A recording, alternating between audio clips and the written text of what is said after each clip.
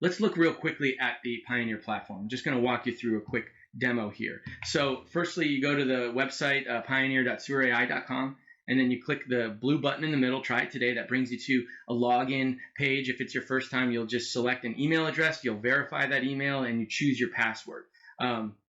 Or alternatively, you can utilize a Google-powered email account and link that to your sign-in and do it that way. So once you're in the platform, it's going to look a lot like this. You're going to see a lot of inspections, and then you're going to see several status keys. What we have here is a way to see how many total videos have been uploaded, how many of those videos have been auto-coded, etc. The other thing, too, I'll point to is that there's also a chat feature where you can get support immediately. This reaches us on our mobile phones here at Sewer AI. You can talk with us. We can set up Zoom or Teams meetings to screen share, or you can look up some of the resources yourself. Here, we're just looking up how to upload, and there's a tutorial video that you can watch to do that. But I'll show you how to do that right now. So to upload, it's fairly simple. We wanted to make it so that folks can easily import large batches of videos and databases at one time. So all you simply need to do is select the parent folder, which contains the MDB, Microsoft Access database, as well as all the videos that were captured in the field. In this case, there's one MDB and 2 videos inside of that packet in that folder. So I can then click View Files, and what it does is it reads the database up front. Okay, and then you can verify that you got the right videos in there. It's going to tell you how many linear feet of data it contains, as well as how many gigabytes of data it contains. You click upload, it brings you to the upload interface, and you can see that progress bar, and it can run in the background while you're doing everything. Now, one of the things about the Pioneer dashboard homepage is that it's got a very dynamic way of looking up inspections. Here you can search for specific PACP codes, multiple codes at one time. There's also that quick button for grade 4 or 5 to show you any surveys that have an overall rating of grade 4 or grade 5 as well. And here we're going to look in the video player just to see what it looks like to review videos and to make observations, etc. So first thing I'll say is that this is a very customizable interface. This is all happening inside a Google Chrome browser, by the way. You can actually make adjustments to the size or position, orientation of any of the different windows. So here's the video playback window. I can make that larger or smaller, or put it in whatever quadrant of the screen that I want.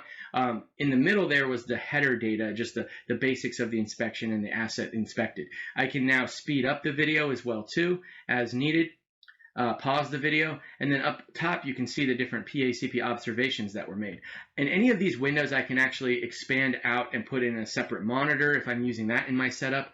But here's the different PACP observations, right? And I can collapse that back down. It's going to go back to where it was before. And again, I can expand that up. So a couple things here. We're going to show you how to add observations. Quite simple. You just click the plus button icon, and then it brings you to whatever part of the video was playing at that point in time.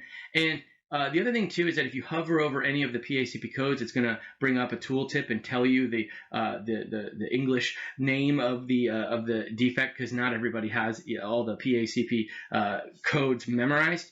Anytime you want to delete an observation, you saw what I just did. I clicked the trash can icon. So everything's always saving constantly in real time in the platform. Any observation you add or subtract, it just automatically saves itself. Okay? And then you can navigate the video by way of those different observations. Here is where you can press a button that's going to save that URL to your clipboard.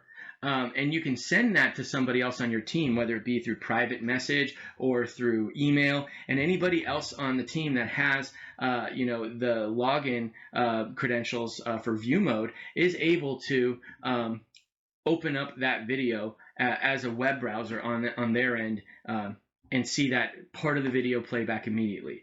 Okay, and then you can either look up other inspections from your query that you had set up earlier, or you can go back into the home view and see everything. So to run autocode on an inspection that hasn't had it run on it before, you simply click that inspection and then you click confirm autocode.